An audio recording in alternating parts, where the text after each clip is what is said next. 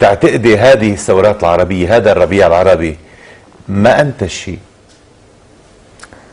بده ينتج بالنهار. يعني اول شيء انا ما بسميه ربيع، نحن ما وصلنا بعد لمرحله الربيع. ليش شو؟ نحن بالشتاء عاصف، هيك انا بشوف شتاء عاصف، نحن بشتاء عاصف وعده ربيع. يعني ما زهر بعد هالربيع؟ لا. شو ناطر تيزهر هذا الربيع؟ يعني اللي بيشوف غصن ورد بالشتاء بلاقيه كله ورد كله شوك، بقول اف اف اف، يعني هيدا ولا شيء. بس هو لما يجي وقته بيعطي ورد.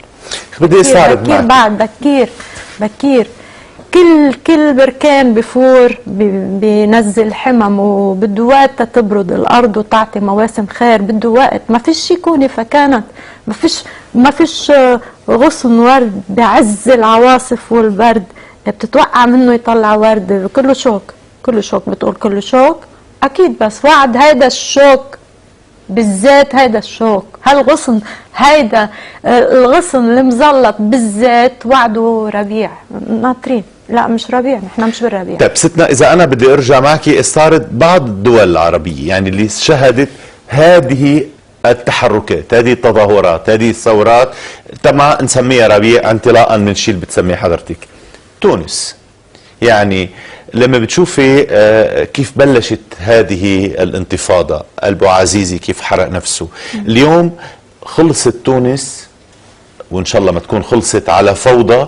عم نشوف النهضة وين وصل البلد، استقالة حكومة، في نوع من فوضى تعم البلاد، في اغتيال قيادي معارض من أسبوعين. شو انطباعك على الوضع في تونس مثلا؟ تونس بتطل على الدنيا من واجهة ثقافية فنية حضارية إنسانية بمنتهى الغنى وبمنتهى الأهمية. صعب كتير على اللي عم بحاول يفوتها على الظل يقدر يعمل هيك. تونس عملت خطوة جبارة أيام الرئيس بوركيبا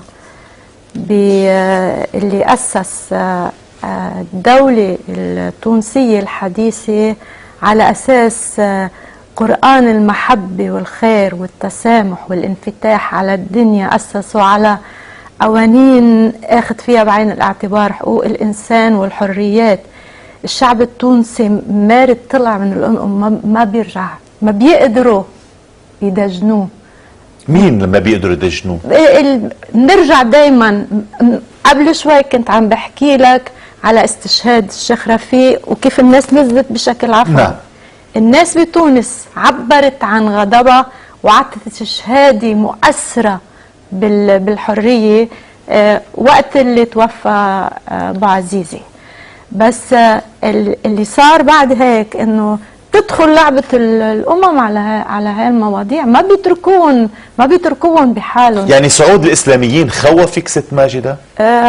مش يعني بدي أقول لك إنه التوانسي مثل ما أنا عرفتهم صعب كتير يردون على أم ويسكروا عليهم.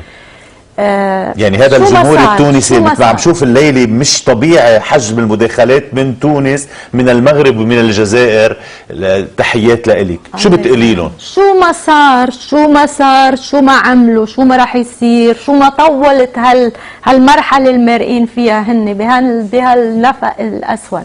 هيدا شعب فنان ومسقف. هيدا شعب بيشتري بطاقة المسرح قبل ما بيشتري رغيف الصعب، رغيف الخبز. هيدا نسر مطرح الصدارة، تعود على الصدارة. ما بيقدروا إذا قصوا له جناحه يصير النسر دجاجي، ما بيقدروا يعملوه هيك. هاي طبيعة شعب غير قابلة. للتدجين. صديقة عمري، تونس رفيقة مشواري الفني. أنا أول مرة غنيت بتونس كانت 1980. بذكر منيح هذا التاريخ. لأصحابي والأحبة يلي عشت معهم ليالي ما بتنسى بتونس. بعيشوا بقلبي هلا، وجع وجعي، ألم ألمي، دمعة دمعتي. هالمذهلين إذا حبوا، والمذهلين إذا عبروا عن رفضهم للغلط، والمذهلين إذا سمعوا قصيدة عربية، وإذا أصغوا مطرح ما لازم يصغوا، وإذا غنوا مطرح ما لازم يغنوا. بعبر لهم، ببدلهم محبة بمحبة. اليوم هن اللي فتحوا لنا بواب تونس بأسوأ سنين الحرب اللبنانية، وحضنوا القضية اللبنانية مثل ما بتتخيل كيف. مثل امبارح لما وقفوا 5 دقايق بحالهم يزقفوا نهار اللي غنيت عن أطفال قنا. أنا اليوم ببدلهم محبة بمحبة، وبقول لهم صوتي بتصرفهم. لو عايزوا غني بالشارع، ولا عايزوا غني على خط نار، ولا عايزوا غني بكرتاج اللي كل مرة كنا فيها 15,000 شخص، فيني يغني ب5. لو هيدا الشيء بيساعد اني اكسر طوق النار اللي حواليا.